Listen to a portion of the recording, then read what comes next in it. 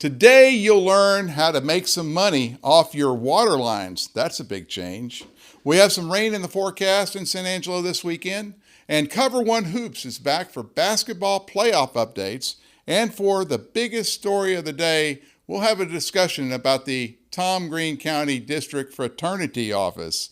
I'm Joe Hyde, and this is Live.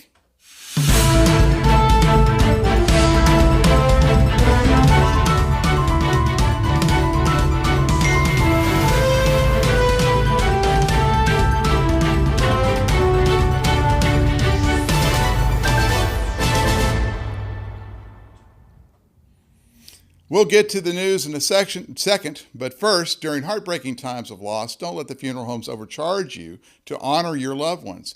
Two locally owned funeral homes, Robert Massey and Harper Funeral Homes, offer obituaries on San Angelo Live. Other media sites, likely that old newspaper, charge you $200, $300, $400. Here at San Angelo Live, it's a low price of just $30. Plus, what happens when you're done with the newspaper? It likely goes in the trash. At San Angelo Live, obits last forever, and they're there at a click of a button. So make sure if you're thinking about who to call, remember to support those who support local. That's Robert Massey Funeral Home and Harper Funeral Home. Give them a call today. This coming Monday, a contractor in San Angelo will pay you. Get this, they'll pay you if he can come over to your house and inspect your water lines. They're inspecting for lead. This is all according to information given to us for the city. From February 27th through June, the Rios Group Incorporated will begin inspecting water lines for lead for City of San Angelo property owners. And you have to request this service. And then when they inspect it, they'll pay you. They'll pay you to let them inspect the property, and you'll receive a $25 Visa gift card within 60 days of the inspection. Those interested will need to go to the lead inspection program that is linked on the article today on San Angelo Live. It may be difficult to get things done this weekend as we've got a chance of rain Saturday and Sunday. First thing this afternoon, it's going to be cloudy, and tonight there's a 20% chance of rain that increases to 30% chance of rain before noon tomorrow. The high will be in the 60s before dropping into the low 50s Saturday night. The high is currently set at 80 on Sunday, and a chance of thunderstorms and rain come back Sunday night at about 30% chance. Monday, the high will be 73 with a low at 41. Tuesday, it'll be sunny with a high in the low 80s. And a low in the mid-50s. Wednesday and Thursday, look for partly cloudy skies with highs in the mid-70s to low 80s and the lows at around 50 degrees. I'll be back after this message for the biggest story of the day.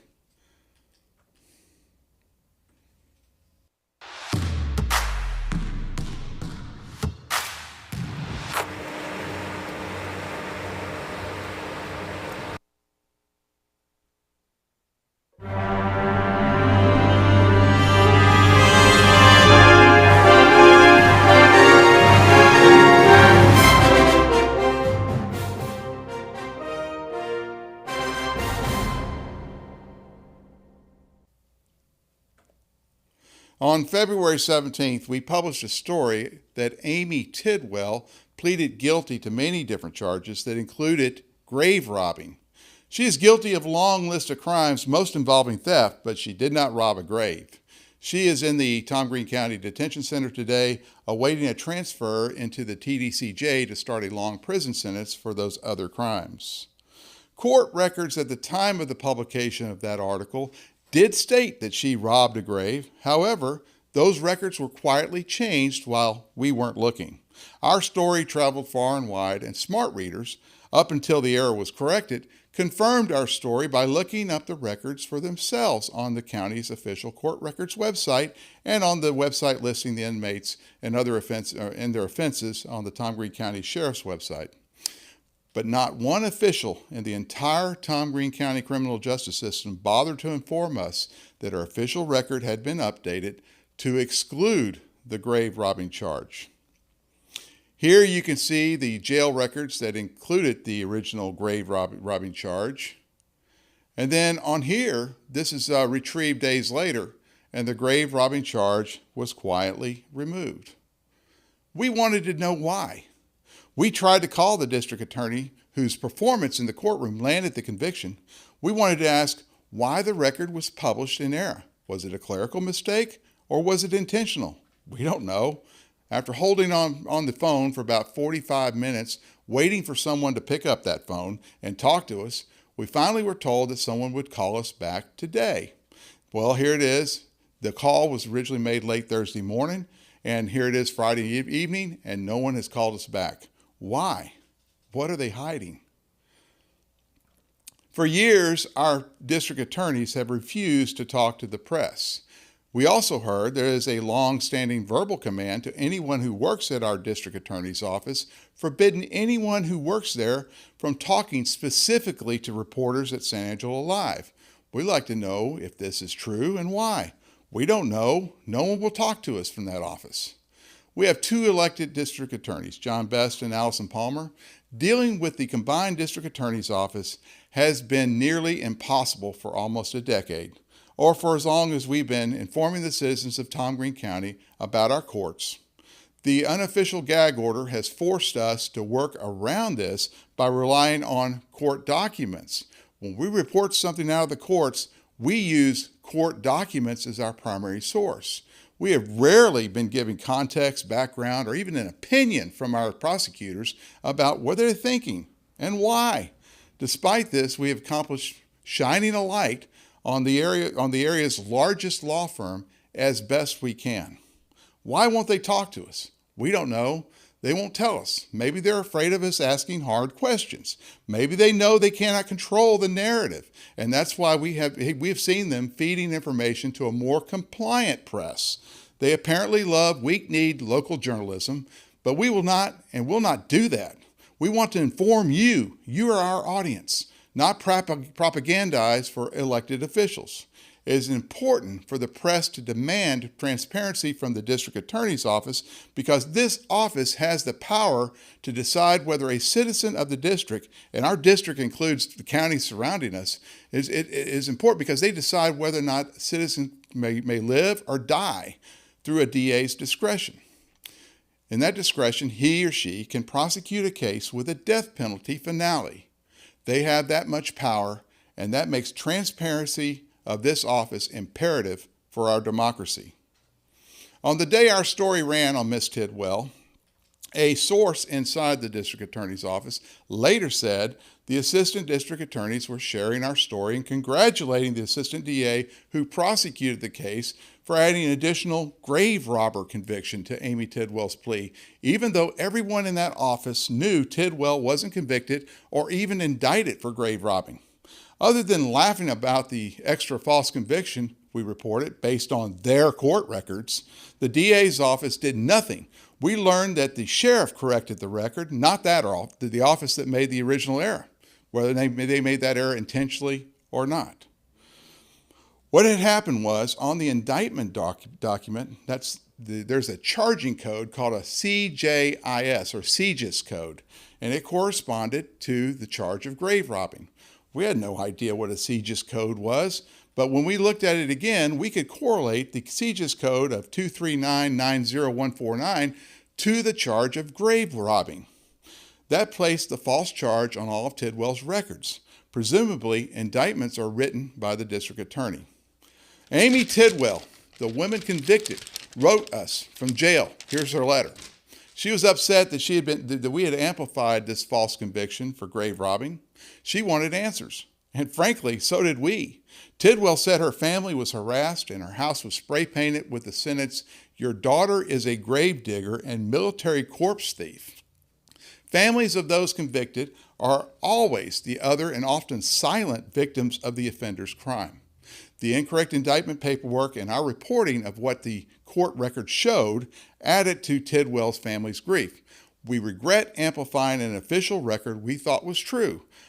Our reporting on the courts relies heavily on accurate court records. If the court records are wrong and we don't have any way to know if they are, it makes our reporting inaccurate. We need transparency from our district attorneys instead of what appears to be basically a college fraternity that intentionally ridicules its defendants behind closed doors while shutting out the free press. When the story broke, someone who made the error should have owned up to it, owned up to the incorrect court records. Instead, the office thought it was a funny joke, and I think that's inexcusable. The standing order to not talk to the press is also inexcusable. It is probably unconstitutional, too. You elect your district attorneys, and it is their responsibility to inform their constituents about what the office is doing. Our district attorneys do not do this, and you should be very concerned. How many more victims of our district attorney do there have to be before someone in that office stands up and tells our elected DAs that what they are doing is un-American and it's immoral too? There's not much we can do until the next election, and even then, you guys will probably re-elect them anyway, or each of them will run unopposed. However, the Tom Green County Commissioner's Court funds your opaque fraternity called the 51st and 119th District Attorney's Offices. Maybe we can start demanding accountability from our commissioners who are footing the bill with your tax dollars to prop up Tom Green County's District Fraternity Office. When we come back, Ryan Chadwick and James Bellini come on the show with COVER1 Hoops. The show will get you up to speed on all the teams still in the basketball playoffs and who is starting track practice. Imagine that, we're starting track practice. How time flies. Our playoff coverage is sponsored by Black Rock Paving. We appreciate the paving guys for helping us bring recognition to our kids. These kids are excelling in the playoffs and on the court. With their help, we're able to bring you exclusive on-the-court coverage of Wall, Irion County, the very best girls are in the playoffs, Christoval, Robert Lee, Sterling City, so many schools in the region who are in the playoffs. So a big shout out to Black Rock Paving for helping us do that. Before we get started with COVER1 Hoops, here's a quick message from our sponsor.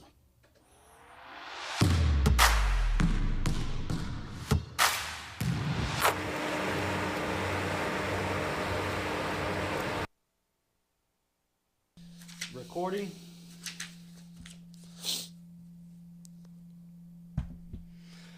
Hello, everybody. Welcome back to COVER1. It's your host, James Bellini. I'm subbing in for Matt Trammell. We've also got Ryan Chadwick over at the desk. Ryan, how are you? Oh, I'm doing great. It's playoff time. It's a busy time for us, but I'm having a good time. It is playoff time, man. Let's just get right into it. You went to a playoff game last night. Who'd you go to? All right, so I got to go watch the number 4 Irion County Hornets play Sanderson in Fort Stockton last night. Game was at 6 p.m. at Fort Stockton High School. They got a nice little event center out there, and boy, that's a drive, especially if you're going to go there and back in the day. But hey, I got it done. No, man, I like those them coaches down there. Morrow and Koffel are good people, man. What was the feel of the game? How did you feel that game out? So Irion County came in is like, you could kind of tell that they were favorites. They kind of outsized and outmatched Sanderson on both ends of the floor, but lo and behold, Sanderson had a lot of fight in them. So Irion County, start out fast like they usually do, went on a 10-2 run early in the first quarter, but like after that, their shots just kind of stopped falling. They had a couple of ugly turnovers, and Sanderson crept back and kept fighting and hit a three almost at the buzzer for the first half to tie the game at 23. Man, but I guess Morrow told you at the end of the game he couldn't really say what he said to him at halftime, right? But at the end of the day, Irion County didn't end up winning that game. What was the final score there? Final score was 61-38. They blew up in the second half. So whatever Coach Morrow said to them in the locker room, it worked. It worked. All right. I will say this, though. Trevin Koffel, awful first half. I think he was like 2 for 11 or 2 for 12 shooting with 4 points. Ended up tying Bo Morrow as the leading scorer with 23. So he went absolutely nuts with 21 points in the second half. Bo Morrow added a couple. I know that they were hitting threes on the outside by some of their other guys. But yeah, overall, it looked like a dominating Irion County performance, but like it was like one half. So let's hope that the Hornets don't carry that into the next round. But yeah, 61-38 final score there. Well, hey man, you got your dad sitting over there on the sidelines, like your dads are your coaches, like. Right. You better be playing up. Like, there's got to be a standard out there. So funniest part of the first half, Trevin Koffel had just taken a pretty bad shot, kind of ignored what Coach Koffel had told him to do on the offensive end. And it was nice to see that father-son reaction. He was like, I don't care who you are. I'll put your butt on this bench right now. And I'm looking over there. I'm like, isn't Coach Morrow the head coach? But you can tell those coaches really care about their players. And, of course, those fathers really care about their sons. So it's a great program, and it was a fun game to watch. I know when they beat Paint Rock. They beat the crap out of Paint Rock here at the Janelle Center. And I was talking to Coach Morrow about how is it coaching you, having all these sons who are on the team, and he said, man, all these players are our kids, and we all care about these kids, all of them. It's not just our kids we care about. And you can really see that just from football this year to now, you can just see how much this team is really growing into being there with their dads. It's got to be something special that they're sharing there, Oh yeah, and this time will only come once, and so it's one of those treasure them. And Koffel and Morrow are both seniors, aren't they? They are, yeah, they are. Yeah. In that second half, if they could put that together for the full, I mean, we saw what they did against Paint Rock, but if they could put together a full game like they did in the second half, where's the limit for them? Honestly, if they would have played like they did in the second half for the entire game, I could see them hoisting that state champion trophy down in San Antonio. Because that game was not close last night, and if they would have played like that the whole game, I could have seen a more of like a 81-12 like we saw against Paint Rock. So that's impressive. Two games in, and you can blow teams out like that in the playoffs. It just goes to show how much these kids are, growing into this role that they've got their dads have set out for them. Before we move on, we've got our sponsor here. They are sponsoring our basketball. It's Black Rock Paving. They are in town until the end of March. So for all your paving needs, we appreciate those guys for sponsoring us, helping us out. Yeah, and not only helping us out, they are sponsoring all of the Concho Valley's athletes through the duration of their playoff run. So, again, big shout out to Black Rock Paving, and thanks for doing that. And I know it means a lot to us, and I know it means a lot to the kids out there that are getting the coverage from it. Yeah, absolutely. We're going to go to we got an interview. You got an interview with Coach Morrow last night, so we're going to go to that real quick, and we'll come right back. I'm here with Coach Morrow, head coach of the Irion County Hornets, area champions today. Coach, just tell me your overall thoughts on the game. Well, we definitely started slow, didn't have a lot of energy on defense especially. Missed some easy baskets and just were real sluggish. But you got to take your hat off, Sanderson. They came out fired up, really out-hustled us, out-rebounded us, really got after us. So my hat's off to them, to those players and their coach. They deserve all the credit this first half because, honestly, they outplayed us. Luckily, we went into the halftime tied up, but, that first half probably belonged to them. And, Coach, in that second half, it looked like your two big scorers took over, Sparks and of course, your son Morrow, So what was said to them at halftime, or how did you get them to kick it into that extra gear? Well, what I told them I can't say on TV, so I will put it in layman's terms. Y'all need to start hustling, you need to start fighting, and you need to stop getting outplayed for loose balls, rebounds, and all that stuff. And you got to take it up a notch, and they did, and we came out, and I think we outscored them in the second half 20-something, 23 or 4 points. Oh, yeah, Coach. And, how important is having a sluggish half like that, kicking into gear, and still finishing like you can finish, moving now into the third round of the playoffs? Yes. It definitely was not our half, that first half, but they responded. They came out and they were more focused. We were more aggressive on offense, attacking the basket. We knocked down some shots, so that definitely helped in the second half. All right, 2 rounds out of the way. Do you know who do you think you're going to play in the third round yet? I do not. It's Robert Lee and Buena Vista, and I believe they played tonight too. I think they play at 8. So we'll know here around 10 o'clock who we're playing. All right. Again, thanks, Coach Morrow, for that interview. Always a pleasure to to talk to you there. And just full disclaimer here, Trevin Koffel, I do know who you are. I read the roster wrong and totally asked the coach about the wrong player last night, but I do know that you were one of the leading scorers. You and Bo Morrow both had 23 points, and it was exciting to watch. So congratulations here in Irion County. Look forward to watching y'all next week. All right, now I want to talk, I guess it's about a 30-minute drive from Irion County to Cristobal. Cristobal played last night as well. They went into overtime against the Wink Wildcats, and they ended up winning their second round into the playoffs now. You know, for the second time, this is the second game in a row that Cristobal had their game go to overtime. They led late in the second half, and then Wink made 2 crucial free throws to tie the score and send the game into the extra period. In overtime, our boy Jerron Slayton just took over and scored on a drive less than a minute and put the Cougars up by 4 points. Wink had another opportunity on offense but failed to score. And Cristobal has advanced to the regional quarterfinals now. So what do you say about any of that, Ryan? I mean, I think it's super exciting for these guys, but, like, you got to stop doing that to us because, like, I was there at the Colorado City matchup, and, like, I was talking to Coach Lowry after the game, and I was like, Coach, stop. Like, my heart can't take it, you know? But yeah, like, Yandis called us kids one time. We take blood pressure medication. We ain't kids. Right? Yeah, it was like we're in our 30s over here, you know? So, but overall, like, I can just, like, see it was another great game. I know Salinas and Slayton both had big games. Slayton just has a tendency to take over games in crucial moments, as he did in that game versus Colorado City. So, I mean, that's 2 matchups in a row, right? And so they're moving into the regional quarterfinals, but they're coming up against the number 5 ranked team in the state, New Home. So we'll see how that goes. Hopefully they fare better than their district.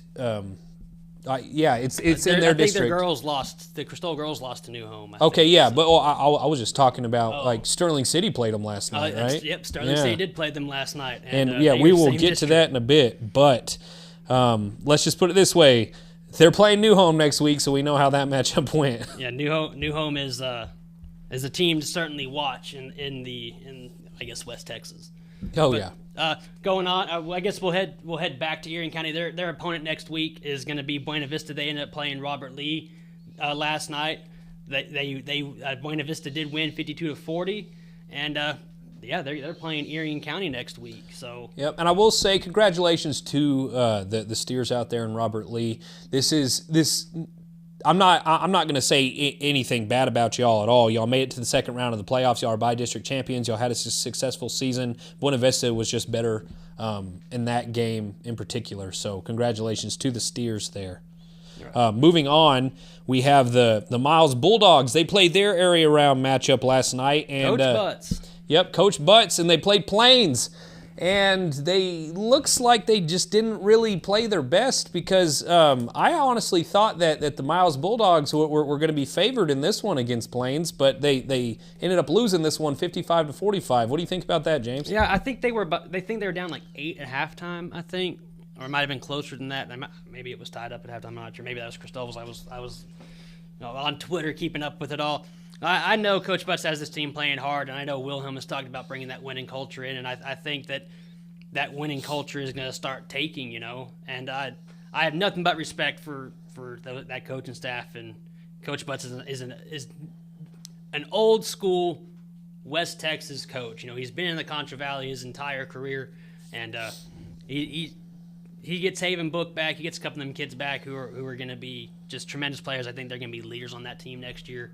And they have good things ahead of them. Yep. And I think it's important to note that they did take that next step, right? So when Coach Butts and all the coaches out there are talking about that winning culture in football, like they came up against Sterling City and they kind of they just kind of wet the bed there, it was a bad kick or something like that. And, yeah. And so learning how to win is so important. Yeah, and so they didn't win that one, and so they weren't even by-district champions in that. But they did take that next step. They are by-district champions. They have had a successful year. That culture is changing, and like you said, they're getting a couple guys back, and I'm looking forward to how these guys are going to look next season. And I mean, and even this year they had a 7-point lead on Irion County when they played Irion County at halftime, and Irion County just came out and made shots, and that was what Wilhelm, he reiterated that to me about hey, we're putting this new out with the old and in with the new. We're bringing this in. So, I see nothing but good things ahead for the Miles Bulldogs. So, moving on, though, we are going to talk. Cristobal's district opponent, Sterling City, they played New Home last night, who are ranked, 4 or 5 in the state, Chadwick? New Home is number 5, yes. Number 5 in the state. And Sterling City did get beat by them. You know, they're just a good team. Obviously, New Home is an impressive team. Sorry about that. Yeah, so and I will say, New Home kind of put it to Sterling City. They never really, they never led in that game, and it was tough all around for the Eagles. But that's just kind of way the cookie crumbles when you make it to the playoffs. Seeding actually does matter, and so if you're not getting that first or second seed, then you're going to run up into some of these powerhouses early. With that being said, anything can happen, but it just wasn't happening for the Eagles last night. But again, by district champions, I think it was the 4th straight by district championship in a row. So. Congratulations to those Eagles there. Yeah, we talked about how kind of strange basketball is, because we'll have these powerhouse districts that have where the 5th seed could have been the 1st seed in a different district, and it's just kind of strange how they put these districts together sometimes, because you'll have districts that all 3 of the teams are top-notch ranked teams, and you have others where you don't have any ranked teams. It's just kind of a weird deal. What do you think there, Chadwick? And it's just kind of how some of these districts are clustered, because there are years where just like the Little Southwest Conference is really good, and some years it's really bad. So they're always matched up against El Paso schools every season in the postseason, and just like the how good and bad some of these districts can be, sometimes El Paso has a couple powerhouses coming out of there, and sometimes it's basically like a swinging door, it's not even really a challenge in the by-district round. So Sterling City just had a tough matchup in this one, but they played their butts off all year, and they have nothing to be ashamed about. Yeah, they're another team that I think Trey Cisco has been the coach, just the head guy out there for 18 years or something like that. And you don't do that unless you're well liked and you win. So Sterling City is going to be fine. I think they'll be okay. We're going to take a quick break real quick, and when we come back, we'll talk about some of the playoff matchups on the girls' side of things. So let me go ahead and pull this up real quick for us.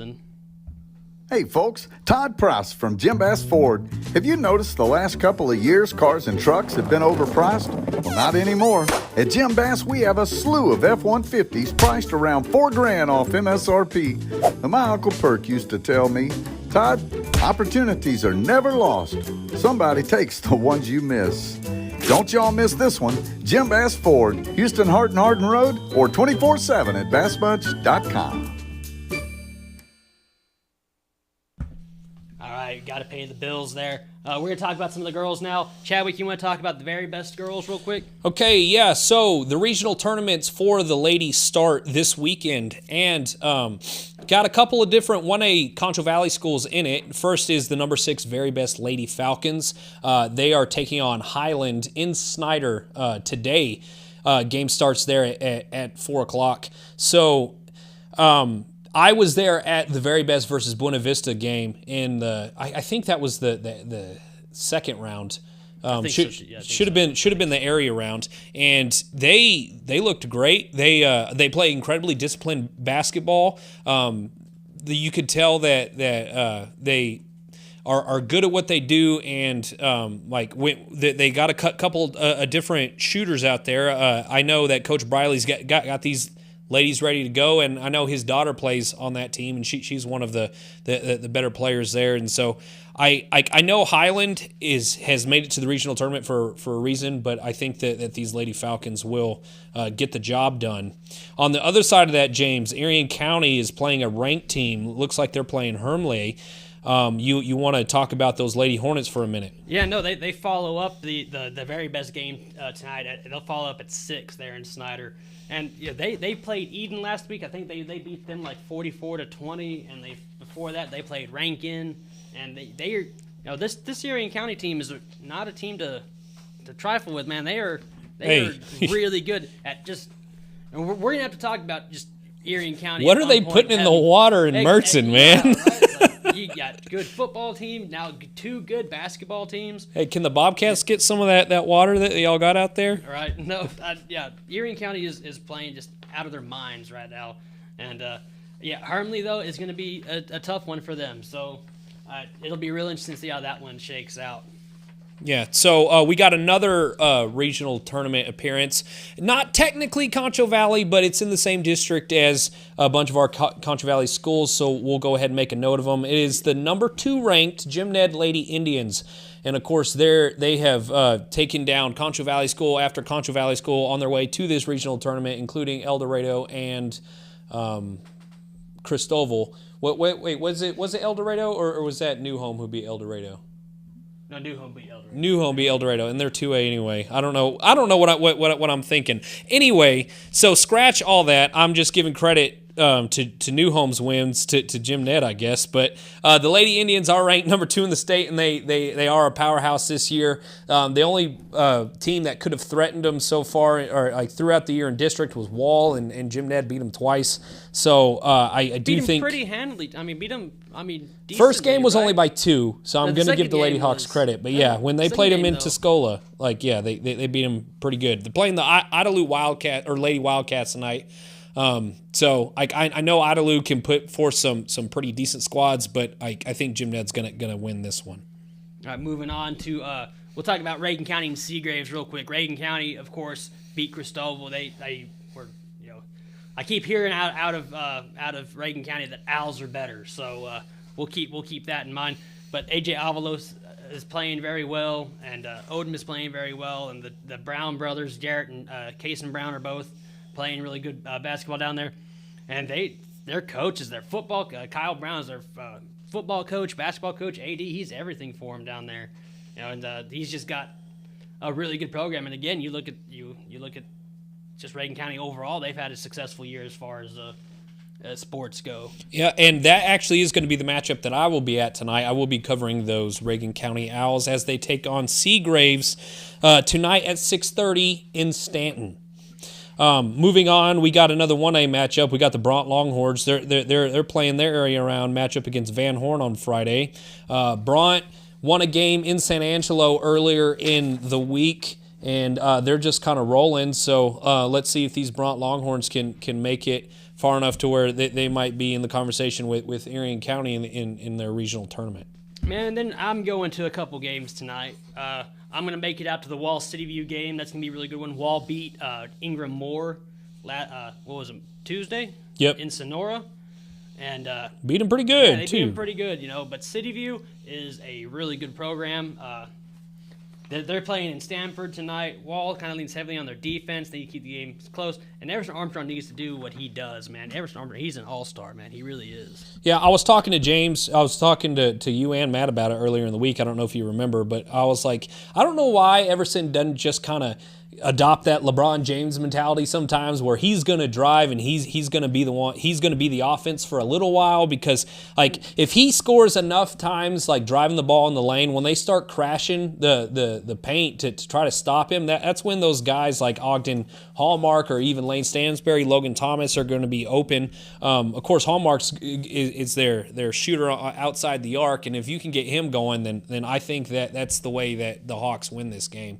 I don't know if that's the Wall way to put it all on one person. They have a pretty successful program. And yep, that is the argument you made. Yeah, I'll agree with that. Yeah. They just, they have a very good program out there at Wall, and it's never put it all on one guy. That they keep it pretty even keel out there. Yep, I will say I know that Coach Dawson, he's a great basketball coach, and he's going to have his guys ready to go out there. But yeah, what time was the game at tonight? The game is at 6 in Stamford. Then, about 15 minutes away in Anson, Brady takes on Vernon. And Brady was not supposed to be here. They beat TLCA in Sonora after the Wall game at 8 o'clock. Brady and TLCA went head to head, and everybody expected TLCA to blow them out. And after the first quarter, the score is like 8-8. And I'm like, okay, maybe the Bulldogs are, I kept waiting for the Bulldogs to I don't know if this is. I'll just be honest. I wasn't expecting them to keep that high level of play because we've seen TLCA keep an even keel throughout. Even when they played Wall, they were very even. They never let it get too high or too low. They just stayed the course. And I didn't think the Brady Bulldogs could maintain that level of play.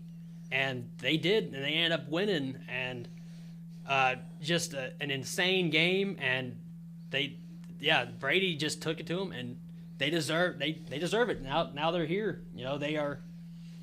Vernon's pretty good. They're 25th. They're ranked 25th, and the Bulldogs gotta come prepared. They come prepared like they did for TLCA. They're gonna be great. They slowed tough the to game deal down. with. Yeah. Yeah, they slowed the game down against TLCA. So we're gonna run at our pace. We actually have an interview with Coach Winicky that we're gonna get to right after this. Right after this ad. When it comes to unique pieces you can't find anywhere else, Kano's Diamonds and Coins is your one-stop shop. With over 24 years in the diamond and coin industry, Kano's Diamonds and Coins is West Texas's choice for diamonds, jewelry, coins, silver, and gold.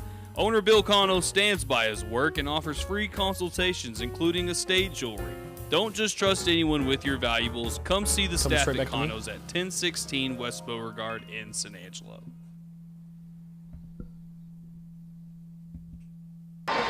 I'm here with Brady, basketball head coach, Coach Winicky. Huge upset over TLCA just now. How does it feel? Well, the kids started working on defense the moment we knew we had to play them. We knew we had to be physical. We knew we had to get after them to have a chance. They have some really great shooters. And how you get underneath people's skin is to get after them on defense, and that's what they did for 4 quarters. Now, being from San Angelo, we all knew how good TLCA was. I don't think people really understood how good y'all were. Obviously come out and play with, a team like them. Just what does that say to just the fortune of your kids, The kids are awesome. I couldn't ask for a better group of kids. I wouldn't trade that group of kids for nobody. There are games that they should have won that they didn't win because of shooting, but their defense is very good, and people are always going to have trouble with you when you play great defense. What was the key in this game to putting y'all over the top?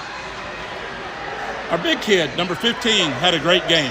He hit a lot of shots, probably scored 20 points in the game, but he really came on at the end and helped us out. J.D. Abar, number 13, also. 15 is Garrett Everett. Garrett Everett played a heck of a game on offense and defense. Number 13 is our stopper. He gets a lot of rebounds on the inside, and he does a lot of things defensively that people don't like. He's a big, strong kid, and he plays with a lot of heart. Anything you want to say to the community of Brady? We're just thankful to be here, and I'm thankful for the kids and the great job they did tonight. They always want to give me credit, but I always put it back on the kids. Without their hard work, we wouldn't be where we're at. Well, that's going to be a tough matchup for Brady out there. But looking at the larger schools, that's usually the guys that I'm covering. Looks like everyone in the Little Southwest Conference, besides my Central Bobcats, are by-district champions, and they moved on to the second round. Again, Bobcats, incredible season, had a real tough matchup against the Eastwood Troopers, fell there in the last 10 seconds or so, 48-46, but still, regardless, great season, and I enjoyed watching y'all. But moving on to the other teams in the Little Southwest Conference, Odessa Permian is playing Keller tonight at Clyde High School at 7:30. Friendship is playing Chisholm Trail at Abilene Wiley High School at 6. And then later at Abilene Wiley in the second game, Odessa High is actually going to be playing North Crowley. And I feel bad for the Broncos. I would not want to be playing that team. But as far as the Little Southwest Conference goes, those are the matchups tonight. I can maybe see Odessa Permian and Friendship advancing in this one. I think it's too tough of a matchup for the Broncos to get done tonight. But Odessa High's surprised me all year, and maybe they will surprise me again, and then I'll be talking and apologizing at this time next week. So, those are the 6A matchups, and that for the area round. Let's go back to you, James. All right, man. I think that pretty much does it for us here at Cover 1. Last final thoughts. go Brady. Let's see what Brady can do. Let's go Brady. Let's see what you got. What about you, Chadwick? My final thoughts, I'm going to say I want to see Reagan County put up some big numbers tonight. I want to see how good this team is now that we're actually getting deeper into the playoffs. I'm looking forward to watching. I haven't seen a game all year, so this is going to be the first Reagan County game that I'm covering. And be sure to check out sanangelalive.com for all of the details and highlights and a write-up on that game. Tonight when it's over.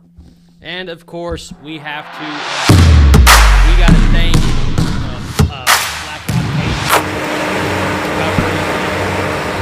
covering our playoffs here in at COVER1 and San Angelo Live. We appreciate you. They're here till March for all your paving needs. Yep, Again, through March for through all March. your paving needs. Yep. And we appreciate you. All the kids certainly do for just all the coverage that you're allowing us to get out there. So that's been COVER1. So we will see y'all later.